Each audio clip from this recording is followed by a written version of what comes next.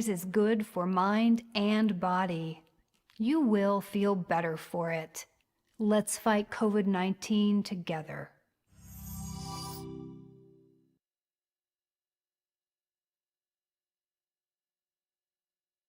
Now I understand. Now I understand what Gabriel was yelling March 8th about. March 8th. March 8th. That's not when our friend Ray from Wilmer is going to be on the show. That is when the event is coming up here in Anoka County, and I'm going to pull it up. Would have had you had it on your computer there, Gabriel, but I'll tell you what, I'll pull it up. This is an event put on by the Whalen Foundation, which is run by the gentleman that was here a couple of weeks back, and you know I'm so bad with names, someone help me. Jeff Connor with an E. Jeff Connor with an E. And the Whalen Foundation is the organization that his family put together following the loss of their son to suicide. And what this event is going to be is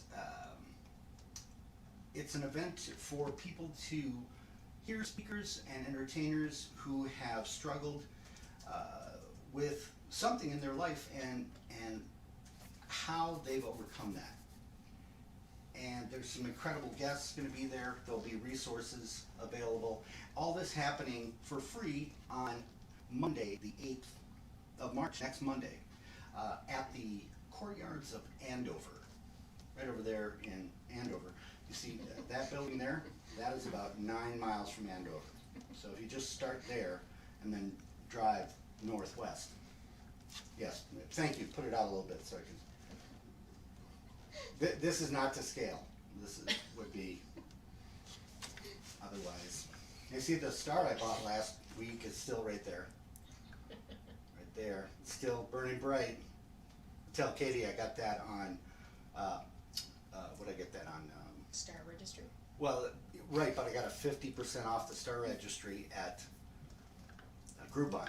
That's what it was. I got a Groupon on that, so I named that star. I've also got a little friend that I thought at first I was imagining this guy, but apparently other people could see him. How you doing tonight? Hello. Hey, don't be shy. Can you hear me? Hey, we can hear you. What's going on tonight? You're gonna have to speak up a little bit. I know you're small with a mouse-like voice. What? I just did that because I was nervous. You don't look that nervous though. You look like you've done this before. Oh yeah, I've done it before.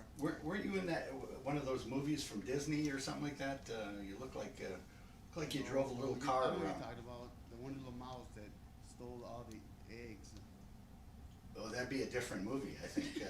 Or were you the one in that cooking movie?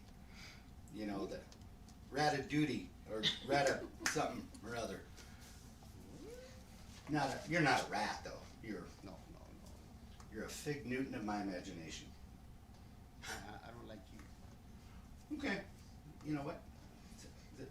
High five. Oh. The reason I don't like cheese is because I'm not a cheesehead. I'm a Viking. Wisconsin. You're a Viking fan. Excellent. You look like a calculus fan. Is what you look like. Vikings, no. baby, yeah. Well, that's our little friend. So, Yeah. so Katie's playing. I love her music, man. I know, I got right? her CD. You got her CD too? Yep. You know, I think I picked up your copy. It was sitting down here on the floor. You don't mind if we give this away tonight, do you? Oh yeah, let's give it away. I think we got a lot of viewers who want a copy of this. I think so too. So what we'll do is, after we get Katie out here, when we take a break, we're gonna have some people call in and win a couple of these. What do you think of that? That's definitely, man. All right. Do you wanna introduce what's Katie? The phone number? What's the phone number? Well, they can call, but not yet. But they will be able to call 612. Let's have 351 2080. Yeah. One more time. Oh, well, we'll let you know. Just 612. 612. That's right. 612 351 2080. Don't call now. because no one's standing by. All right. I'm also the producer of the show. Yeah. All right. Well, you're in charge. That's what I say. You get to tell us what to do. If you would, why don't you introduce Katy for us, since you're her biggest fan or smallest fan? She's coming on twice, right? She's a full guest today. Mm-hmm. She's gonna talk about the advocate of dissonance. Dissonance. Yeah, dissonance, and she's also can sing. I can't wait. Mm-hmm. And she's here with us now. Please welcome. And she's real pretty too. She is pretty. Katy Vernon. Woohoo! Hey, let's go to commercial first. But you want to go to commercial first? That was really anticlimactic then. Okay. We're gonna go to commercial first, and then what's gonna happen? Then we see a commercial, and then we're gonna see Katy. You sure? Are you sure? Me too. Me too. Okay. All right. We'll see you in just a moment.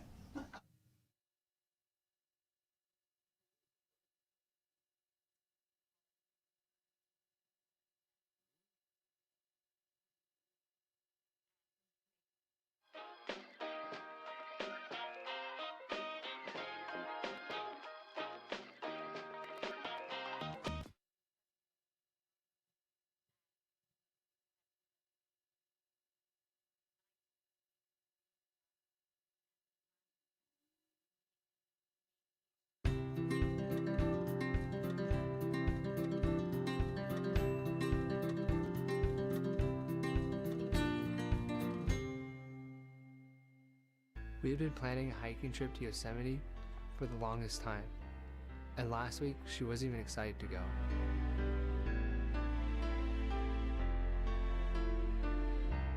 She kept telling me how much she loved me and saying goodbye like I was never going to see her again. She even started dressing differently, like she didn't care how she looked anymore. She even gave me some of her favorite clothes.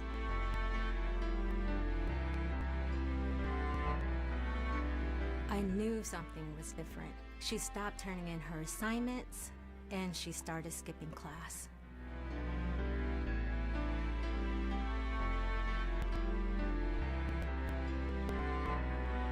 I talked to my little girl. She just wasn't the same. It was like I didn't know who she was anymore.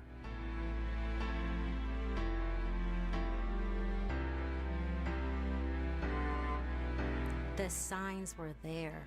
I didn't know the signs. We didn't see the signs.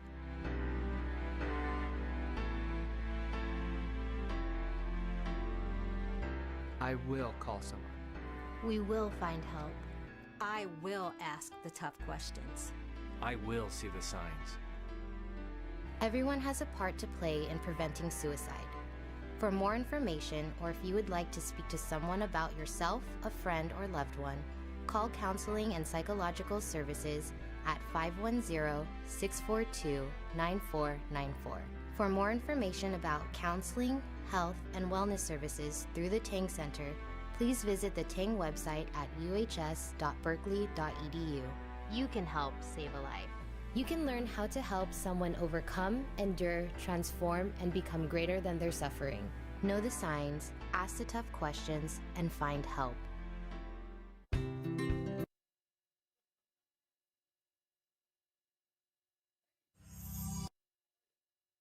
Hello? Hello? Hey, how are you? I'm here. Are you here? I hope so. Hey, please stay off the floor. I waxed that earlier today. That is still so shiny. It's my navy background. I get down with a little brush and get a little wired. Great message from one of our sponsors there regarding suicide. Please remember, if you or someone you know is having thoughts of suicide or thoughts of harming themselves, please use the crisis line phone numbers 800-273-TALK. That's 800-273-8255, or the crisis text line, which you can reach by just texting HELP or MN to 741-741. Please use those when you get a chance. Hey, there's that number, but don't call yet, because I'm not going to answer it. But eventually we will. Why? Because our next guest, is going to be here. Talking about her advocacy work, talking about her musical career, and her latest CD, Suit of Hearts. It's our friend, Katy Vernon. There she is. Hello. Hey. Hi. How are you? I'm here. I know. No, I'm good. I'm good. So glad. I'm Yeah. so glad. Thanks for the invite. Boy, it has been a long time, hasn't it? It has. What's it, like 2 years? I know, and Maybe? it's been fun to watch everything that's been going on with you. You've been pretty active on the what do they call it? The socials. The socials. On Yeah, the well, I've socials. tried to actually be a bit less active on the socials. You know, I mean, the title of the CD actually came from kind of oversharing a little bit, you know, which I do believe, especially from a mental health point of view, I think it's really good, you know, to be open and, you know, to care about what's happening in each other's lives and just be really honest about what's happening in our own. You know, I think there's so much false comparison on social media. Yeah. So I've kind of tried to always lean to like, I'm having a bad day or I'm struggling with this, or, you know, not every day is, you know, a highlight reel. Mm-hmm. But I'm also trying to do that a little bit less. So I don't know where I'm at with that right now, but And you know what? I think, there's good and bad. isn't that part of the stigma though? Because I've seen a couple of those Yeah. posts where you've said, "I don't want this to sound like I'm complaining again." Yeah. And you know again. what? Yeah. But we don't see people who are like dealing with cancer or something Right. like that go, boy, I hate to mention that I have cancer again. Yeah. People are like, how are you? We know, but if Right. very often, because what we're talking about is an illness that Yeah. is very often unseen. If we don't tell people we're dealing with something, very often they don't know. Yeah, and you know, anxiety and depression, which, you know, I have both of those. You know, I'm also in recovery for alcohol use, and so yeah, I mean, you know, those things go in waves, and you know, this last year especially has been a very difficult, triggering time, you know, for many people. And so yeah, it's kind of a rough road sometimes, and I think it's really important to share the lows as well as the highs. And you know, I think I've had a lot of people reach out to me when I've spoken about grief too. You know, that's really been a foundation of kind of where a lot of my issues not came from, because, you know, mental health is not, you know, cause and effect necessarily. It just is what it is. But you know, I also have shared a lot about grief, and you do get people reaching out saying thank you for talking about that hard stuff. Right. But you know, I think we all get a bit sick of ourselves complaining sometimes too. So yeah. Which is why sometimes it's good to hear how other people are Someone doing. else, yeah. But tell me this: where did you recognize in your life where this all started? You know, I think that, you know, like I mentioned, grief was an early kind of thing for me. So I lost both my parents before the age of 17. My mom passed away when I was 12, and she was sick with cancer for a long time before that. So, you know, as a kid, I was trying to process and understand what it would be like to not have a mom, you know, in my life. And even then, you know, I would beat myself up for being attention seeking, and you know, you have to kind of play out in your mind, like, well, what will my life be like, you know, if this really sad thing happens. And I even had this kind of voice of criticism, like, don't talk about it, you know, this kind of shutting down. And, you know, I think Minnesotans are just as bad as, you know, stiff upper lip Brits, you know, when we try not to complain or share, you know, some of this hard stuff. So that obviously was an early, you know, life-altering thing to go through. And then just 5 years after that, my dad passed away very suddenly. God. So as a 17-year-old, you know, I definitely turned to drugs and alcohol and couldn't, you know, really process these feelings that I was having, and felt very kind of messed up and alone. But at the same time, I had already discovered how much I loved to sing, and started to write songs that kind of, they were rubbish songs, you know, they weren't like super good and healing, but I did start to begin to realize, like, this makes me feel good to do this, and if I can put my feelings and my joy of singing together, that could possibly be, you know, a creative good thing for me to do. Wow, nice. And that's, you know, just become more and more, you know, it's become my life's kind of ambition and an obsession to do that. When did you feel like, and I think we always feel like at that time, this is the winner, this song. I remember writing songs in high school, and usually when something sad had happened, it'd be like, my heart is exploded and dribbling down my leg. But when was it the first time you wrote a song and you said, wow, this kind of feels a little different than some of the other stuff I've written? You know, I still never usually think like this is a winner because I have very low self-esteem. But no, I think for me, you know, I've had songs that have resonated with other people and I've had good feedback from, and that's hugely encouraging. And I would definitely say something actually kind of clicked in me in that way that you're describing, really with the writing of my most recent record and Suit of Hearts. And a lot of that was because I got sober. And I definitely stopped kind of people pleasing, and I really dove into hard stuff, like unflattering stuff about myself that I wanted to write about, and about, you know, writing more about my struggles and things internally rather than things that were external that made me, you know, kind of sad and stuff. It was more like, you know, I suck as a person, how am I going to work through that? And then, you know, I wanted to write songs that were encouraging because I knew a lot of people felt that way about themselves. And I would never put down those people for how they were feeling and beat them up. But I was doing that to myself. And so I wanted to kind of write this encouraging record that, you know, there is a light at the end of the tunnel. You know, you put yourself in the tunnel, you can get yourself out. Yeah, Yes. so. No, that, and I think that's, I know for me in talking about what I've been through, the same kind of response. People are like, wow, I didn't know we could talk about that stuff. And I'm like, Yeah. you have to talk about it.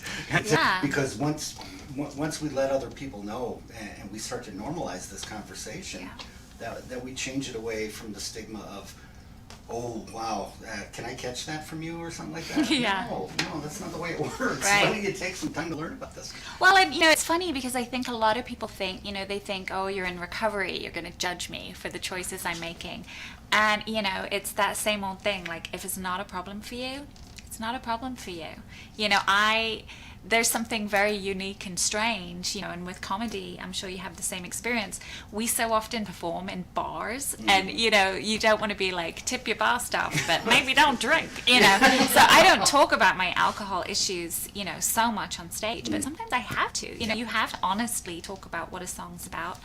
And so, you know, I was traveling around, you know, singing some of these songs in pubs in Britain and just saying, you know what, I have a problematic relationship with this subject, but, you know, take this song for whatever you want it to be.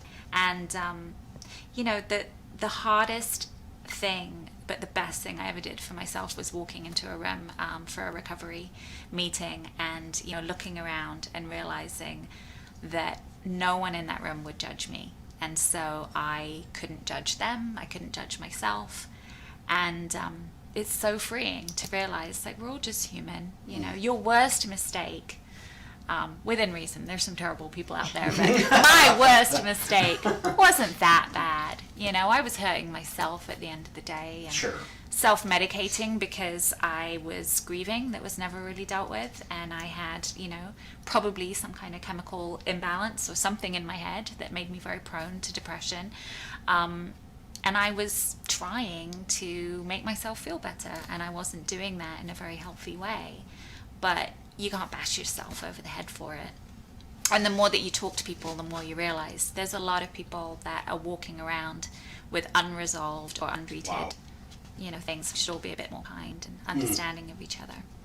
I think that was a great message that we got from last week's guest, the Kindness Crew, these young ladies I mentioned from the middle school that out in Hammond, Wisconsin. How are you, ladies, from the Kindness Crew? Hope you're watching. But their real message is, and sometimes it seems so simple, but it doesn't have to be. People are like, well, what's the catch? You know, that sounds way too simple. What? Just be nice to each other, smile at each other, give people the benefit of the doubt sometimes, and be willing to be open-minded. about things you don't know about could really change how somebody's able to express themselves to you. Yeah. Be kind to yourself, you know. I so often, you know, I'm a parent, and you know, sometimes I'll give my kid a pep talk and I'll walk back upstairs and think, I needed that. I needed that pep talk. Let go of what people think of you. You know, tomorrow's a new day. And, you know, you can always reinvent yourself. And just keep swimming, you know. I think as adults, we stop telling ourselves, you know, some of that stuff. Do you find that, boy, there's so many different places I'm going to go with these questions. Do you find that as a parent, and we were talking a little bit about your girls and what age they're at now, do you find that what you've gone through has been, even though maybe challenging for them at times, that they've kind of gone out into the world now at their ages as people who are much more empathetic and aware of how other people deal with things? I mean, my kids are hugely empathetic. I'm not sure, you know, I never want to take too much credit for how my kids turned out, because they're great. But I do think, you know, I think one of the best things I've done as a parent is be really honest with them about my struggles. You know, they know, obviously, that I'm in recovery, and that, you know, it's hard because you don't want to like scare your kids or, you know, kind of freak them out. But they know that for me, alcohol is very toxic, and that I misuse it if it's around, and that I work really hard on not, you know, using that. It's tempting sometimes when they're being a bit whiny to be like, I had no parents at your age, you know, and they know that. They're like, we know, you know, they've heard that sad story. Yeah, seriously. Like every movie we watch, there's a dead mom, and they kind of look at me like, "Are you gonna be okay?" But you get it, right, Mom? You Yeah. get it. But no, they're very kind, and I'm very proud of them. And you know, yeah, I don't know where that begins and ends. They have a great dad too. My husband he's a good guy. So. He's sitting out in the car, isn't he? I don't know. It's good. I think he You ran to cracked the window. Costco, maybe. Crack the window a little. Yeah, I left the motor running. You know, because we have so many people that we work with who are in recovery, both from mental health issues and substance use issues, where do you recognize where was a place where the use of substances kind of changed for you, where it no longer was just kind of a fun thing that you did either while you're playing and stuff, and when it began to really kind of take its own, take over? Yeah, I was drinking earlier and earlier in the day. You know, when you're drinking, you know, I remember vividly thinking, you know, I started drinking a little closer to the Oprah show, the beginning of the show rather than the end of the show. And then one day I'm like drinking during Dr. Phil, and I thought, this isn't good. So all joking aside, I started drinking more being a stay-at-home mom. I really think it's a problem, and I don't even know, you know, I don't want to be the person that is out there criticizing it, but I think mommy wine culture has really grown and become very toxic. When I went to the liquor store and there was a bottle called Mommy's Little Helper, I thought, I'm the target for that. Yeah. And that is, I don't want to say a rude word on your nice show, but it's very bad. And it's playing into, you know, it's a target audience of lonely, bored, tired women that they're trying to say, have a little rosé and you'll feel like a housewife on a beach. Or, you know, it's such a, that really bothers me. And I really kind of fell into drinking more because, you know, I had more time on my hands, and, you know, I wasn't doing a traditional 9-to-5 job anymore. Also, as a musician, the first thing they hand you when you load into a venue is drink tickets. And, you know, you don't want to turn down anything free. Which so, you is know, how she's getting paid tonight. Yeah. Boy, that was a mistake. Yeah, that was really a misstep. No, but you're right. On It's your really behalf. part of the culture. It's very tied in. There's not a lot of jobs that pay you in booze. So there's one. But I also just think, you know, getting older, you know, I'm in my 40s, and I think it actually sneaks up, and your body changes the way it can consume and deal with alcohol. And, you know, I used to be able to drink like a fish. not bragging, but I used to drink a lot. And now, if I have a couple of glasses of wine, I will, have a brown out. I'll have a blackout. I'll have a conversation that I won't remember. And that's pretty weird. And when your body is not dealing with alcohol, but you drink it anyway, not a good choice. Wow. So I think it can sneak up on a lot of people. And, I'm never going to point that out if I see someone who's having an issue with it, because it's very private. But I think we've all seen people in our lives that, might want to take a little step back and have a look at it. Because it does change over time. It's amazing. Just about a month ago, we read a study about the percentage of women, because in a lot of the situations, women are really feeling the brunt of what's going on during COVID. Being home, maybe they're the ones that are expected to stay home with the kids who have to at home school and not think about their job and still run the house and worry about money. That the percentage of females binge drinking, who are in a household has really gone through the roof during this, and it's understandable. It is understandable. I think it's really interesting what you say about that target of that wine advertising. It is funny. It reminds me of like cigarettes, where they, for some people, they're like, yeah, that's going to be cool, but other people, I think, who are dealing with a problem with it, kind of sneak in under that radar of, well, I'm in a book club, which is really just where I go to drink, because then I get out of the house and stuff. But so it can be really dangerous that there are places, even out of bars, where it gets normalized to drink too much. Yeah. And it becomes part of... and if you're okay, you're okay, but a lot of people are not. That's right.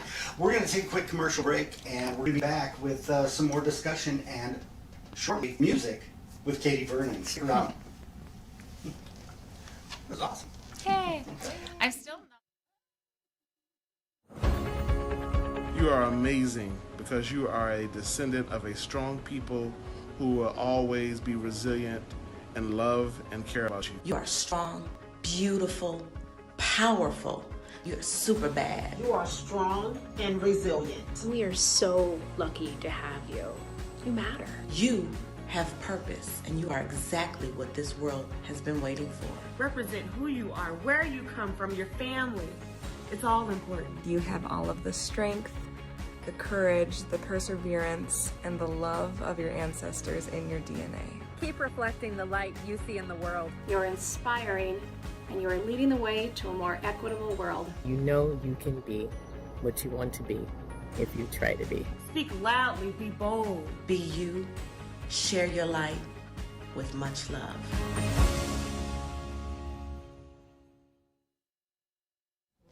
Oh, hey. Great. Hi, how are you? There's Katy Vernon. I'm Chris Shaw. You're at Seriously Metal. Seriously? Seriously. It's a great name. I know. Seriously? Okay. We were just talking with Katy Vernon, who is a musician and an advocate for an organization that I had not heard about until I heard about your involvement with it. Why don't you tell us a little bit about this group that you work with? Yeah, so it's called... You're actually on the board. I'm on the board, yeah, so they'll let anyone join the board.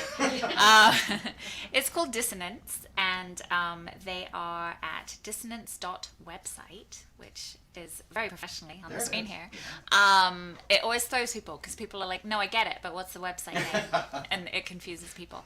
But basically, Dissonance was started by a couple of people who were working with music students in counseling, and also just kind of in, guidance in general, and really recognized, kind of what we were saying earlier, that you're going into a profession, perhaps, that not only might literally pay you with alcohol, but also, this kind of, live fast, die young, rock and roll kind of mentality is just a very unhealthy one, and can really put people in dangerous situations where,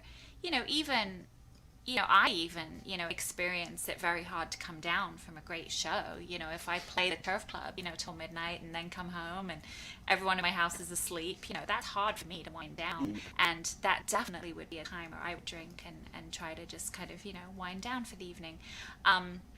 So there's lots of things. Also, this kind of false narrative that you have to suffer to be creative. You know, I know we're talking as, you know, somewhat suffering creatives, but, you know, you don't nurture that suffering. You know, you still want to get help for that. Right. You know, you might be at your most creative, you know, when you can pull some of that stuff out and put it into your art. So basically it was started 5 years ago. It's the 5-year anniversary, by a couple of professionals who realized that musicians faced some unique challenges going into the workplace, and so it's a resource guide. So you can go to the website. There's a lot of just real black and white, you know, resources of vetted professionals, therapists and other professionals that you know, have been kind of checked out to make sure they, you know, they want to and they're good at working with creatives. And then we also put on events. We have a monthly, now online discussion event that we actually just did last night, where we just gather and we just talk about hard stuff. So it's like we take everything from recovery groups, but without any of the official headings. And you come as you are. You don't have to be in recovery. You can just want to get together and have kind of honest, difficult conversations. And it's a safe place to do that. We call it Story Well. So we do that once a month. And then we do bigger events. Like, we're always involved in Hazel Fest, which is a huge fun concert out at Hazelden, Betty Ford. And that's a big concert and resource fair. And the thing that introduced me to them was an event they do every Christmas that we put together, kind of in the run-up to Christmas, like usually around December 15th or so, called Unhappy Holidays. And so I was approached, I don't know, 3 years ago, and they said, you seem maybe like someone that would want to talk about holidays being difficult, like, and you know, like just being honest about that. You know, it's a very difficult time for people to feel lonely or miss loved ones. So I showed up to sing a song, but also to talk about, you know, that first Christmas at age 12, you know, without my mom. And my dad was so clueless, you know, with 3 kids, he didn't know what to do. And he took us to a toy store and said, pick out whatever you want, kids. And so it was this high of like, pick out I'm literally a kid in a toy store. And I picked out, I still have it, and I took it to the event. I have a Mr. Stay Puffed, you know, from Ghostbusters. Yes. I have a toy, you know, this big. And that's what I picked out. But, you know, I didn't have a mom, and it sucked. It was so sad. So I told that story and then sang in front of people. So I don't know what I was thinking. But, you know, I really felt like I found my people, you know, like people who can say this is very hard, but we also need to be very grateful for what we have, and to just find people that, you know, are not going to just sit in the corner nursing a glass of wine and saying this is fine, I love it all. That's right. It's not fine, you know. And if you can clear your head and get rid of all those expectations, you can have very honest discussions. So I'm very honored to be on the board. It's been a challenging year, obviously, because a lot of what we do is live events. But we're hanging in there. We're doing the Zoom events, and we're also sponsoring some other events that are happening. So. Well, it sounds like the ability to make that connection for this kind of a unique community. Yeah. Where I think you're right. Very often entertainers are, you know, make me laugh or play me a happy song. How do we? We'll do all this for you, and then I'll just go be miserable. Right. You know, it's like, and we pay the musicians. You know, we still do events, and we you know, we never ask musicians to come and do anything, you know, and just get a little pat on the back. We always pay them, and we try to value them with that, and not, you know, give them drink tickets. Yeah, right. And so what a typical event will be a musician performing, very much like tonight. This would be a perfect Dissonance event, where we talk about stuff, and then have a performance. So, you know, it's creating.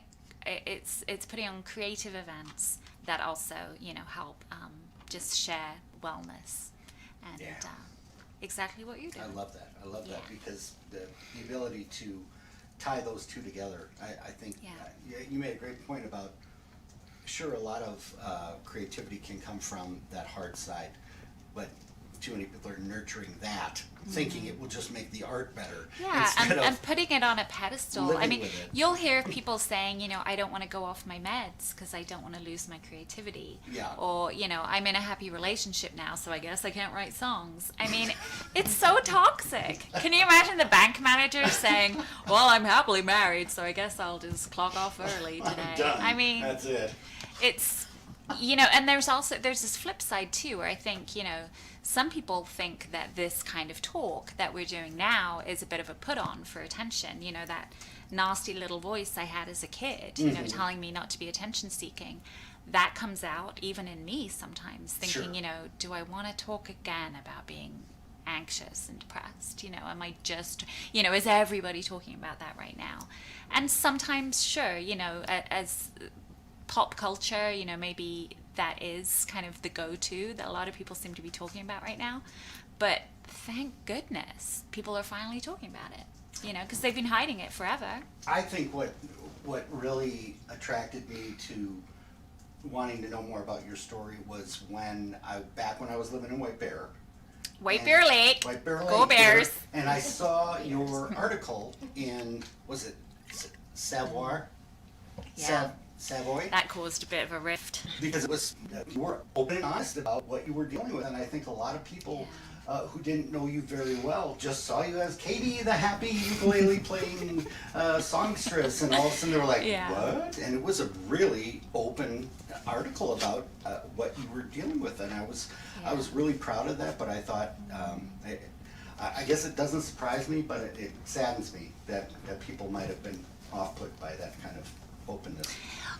Yeah, you know, I think that was a bit of a problematic article for me because I spoke about how, you know, like so many people with substance abuse, I came out of a family with substance abuse, and I didn't recognize that until I had moved away and kind of, you know, you can be so busy, you know, judging your drunk uncle that you don't realize you're drunk too, you know, kind of thing. And so I had to learn to just talk about myself and not throw anyone else under the bus. It wasn't done with any malice or judgment, but it was just me trying to kind of work things out, you know, where I came from and how I got to kind of where I got to.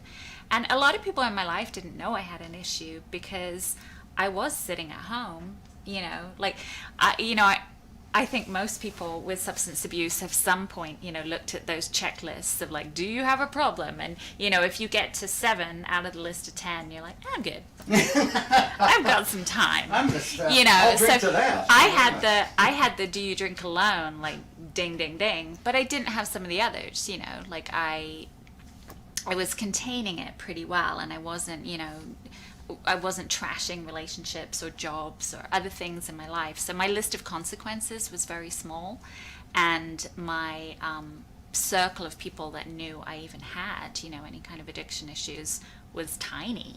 But it didn't mean I woke up feeling any better. I knew I had a problem. And I knew the broken promises I kept making to myself to fix it. And that's, you know, if people ask me, you know, well, how do you know? I'm like, well, have you ever tried to stop and you can't? That's a huge indicator, you know. But that's a huge bit of self-actualization, even if it has dragged you down to a point where you're like, wow, I must be at the bottom. You still have to take that information and say, okay, sure, I can wallow here, or I'm going to do something different about it, and that's a big difference. Your music is incredible in how you put that into it. We're going to take another quick break. We're going to get her set up, and we're going to get to hear some music off of her latest CD, Suit of Hearts. Stick around. We'll be right back with Katy Vernon.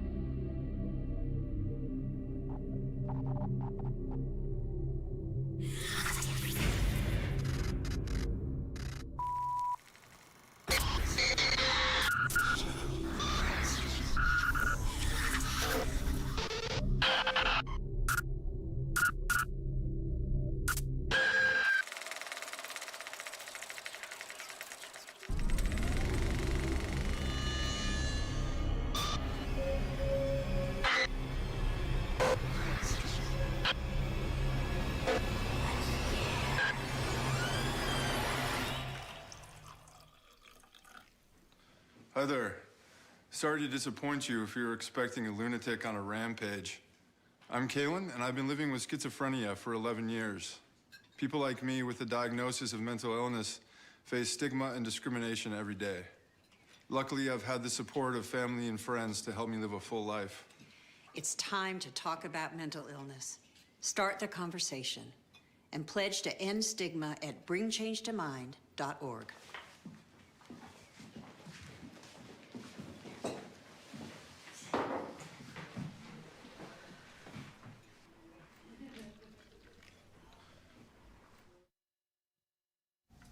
We want to thank Glenn Close for joining us for that last commercial. She was down here in the basement earlier in the month.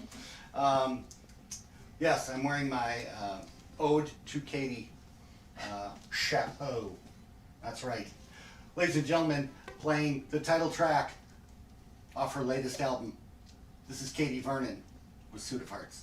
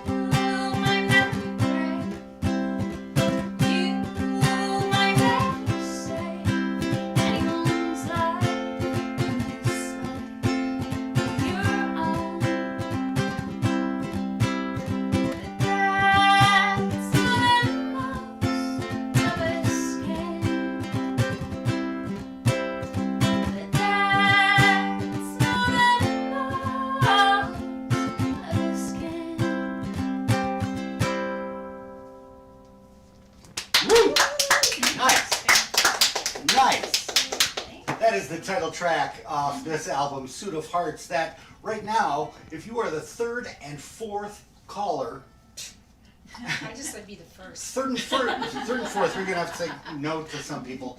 Third and fourth caller at 612-351-2080, you'll win a copy of this CD along with a Heart and Mind Connection shirt. Oh, it's like a veritable bargain. Katy, we'd love another song from you. Yeah. Tell some people, they're probably looking at that going, did you wash your Stratocaster in in hot water or something like that? It got really small. I know. That's an amazing looking little instrument. So this is made by Bonanza, which is up here. Bonanza? Bonanza is a Minnesota luthier. So look, their name's in it too. Yeah, my name is in it, which is like amazing. that? I've never Who is owned this? my own handmade instrument.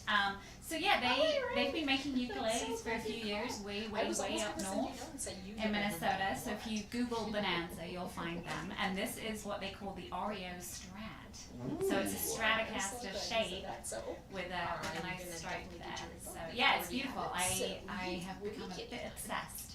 I've played it for I don't think maybe 2 years at this point. I love it. Year and a half. I love it. Yeah, it's become my favorite. What else can you pull out of there? Well, there should be a little mouse somewhere. That's where he's hiding. I like isn't your it? little mouse there. He's very cute. I'm going to play another song from the record. It's called Undertow, and I actually got the idea for the song before I was really kind of in recovery, but I just thought, you know, life's really dragging me down right now, and I think I'll get out of it somehow. But I don't know how, and I don't know where, so I just have to trust the journey. Nice. And that actually is very much what happens in recovery, I find. So it's called Undertow, and I actually sat and watched the waves at the English seaside while I wrote this. So you'll hear, if you listen carefully, you can hear the waves on the record.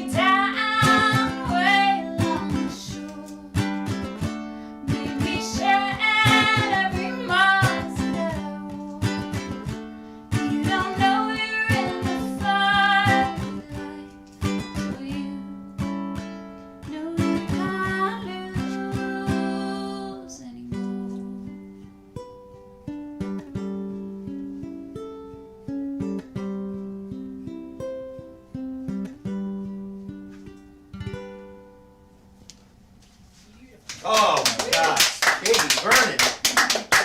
Just beautiful, just beautiful. And we have a couple of winners of CDs. Who took one of these bad boys home? Ray got one. Ray. And Wanda's getting one. Ray and Wanda. Awesome. Yeah. Congratulations to Ray and Wanda. And Katy, again, my gosh, so good to see you. And you sound awesome. And I can't wait till we're back out seeing you back up on the stage. Yeah, definitely. I crave attention. And since you're, what's that? One more? One more. One more song? What? Why not? Yeah. Yes, we pushed back. There was a show coming on next, but we've canceled them. Nice. And so we get to go Canceled again. all of YouTube. That's right. That's right. Nobody gets to go on now until we're done. I thought it was Friends. It was a Friends marathon that was going to start at 9, but we're pushing it back. so we can get one more song from Katy Vernon. All right, so this one's not on the record. Cool. I don't know if it will be on a record someday, but I wrote this at the beginning of lockdown, so almost a year ago. Wow. And I thought, it's going to probably be a rough 2 or 3 months. Maybe. So I wrote a song inspired by, what are we going to do for the next 2 or 3 months? Anyway, yeah, it's been a little bit longer. It's kind of called The End of the World, but that's a horrible song title, so I don't know, it might change. Okay.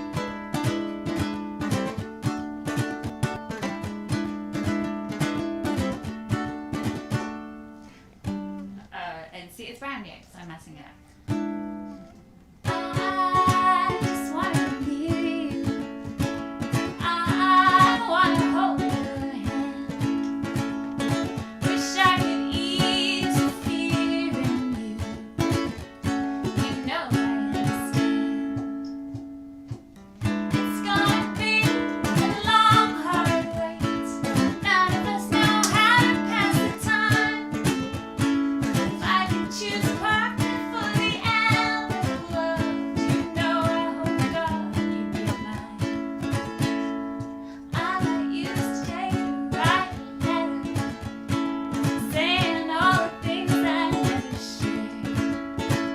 Someday soon when all of this is better, you still have my words to show I care. It's gonna be a long, hard wait. None of us know how to pass the time. If I could choose a partner for the end of the world, you know I hope to God you'd be mine. Take a walk, write a song. We can still talk all night long. Read those books they're sitting on your shelf. Just please promise me look after yourself. It's gonna be a long, hard wait. None of us know how to pass the time. If I could choose a partner for the end of the world, you know I hope to God you'd be mine. You know I hope to God you'd be mine. I just believe in God if you were mine. Awesome. I love that. Such a happy song about the end of the world. Yes. I love that. In a little while. Yeah, well, a little longer while than we had originally expected, and then it might be over, but that's awesome. I had to get my boots on camera. Oh, yes, I forgot that. I was going to say, can you get a boot on there? Oh, there we go. Oh, there it yes, is. look at that. She's very flexible. It's not very ladylike. My husband's going to be so mad. You were out showing your boots off again, young lady. Yes, well, you know. It's okay. It used to be your boobs, and then Used now to it's be my boots. boobs. So I have no excuse to get out. I actually took a photo of my shoe closet on Valentine's. I saw that. And I wished my shoes a happy Valentine's. I wasn't going to say that. Because they haven't gone out for any dates. Oh, there was a lot of shoes. Oh boy. I'll tell you. Oh boy. I have very Oh, boy. sparkly shoes. Well, we could sit here and chat for a long time, and maybe we will, but you don't get to be here with us because we'll wait until next Tuesday. Hey, next Tuesday night, do join us when our guest is Jamie Mosley, who you might remember from An Evening of Joy. She is on the board of the Mental Wellness Campaign of Anoka County. But as a therapist, she's also going to talk about her own story of loss and how that has shaped what she does for the mental health community. And also, Brianna Tepler will be here playing music from Duluth. So, what do you think? That'll be a good show too. But once again, for our friend, both an incredible advocate for mental health and recovery and an incredible musician, I'm so glad to spend the evening with you, Katy. Thank you. Thank you for very getting me much. out of my sad house. I'm so glad you came. Thanks Please for remember out there that you're not alone, and there are people out there who are going through the same things, and there's a lot of people who do care. Reach out for some help. We'll see you next Tuesday. Good night.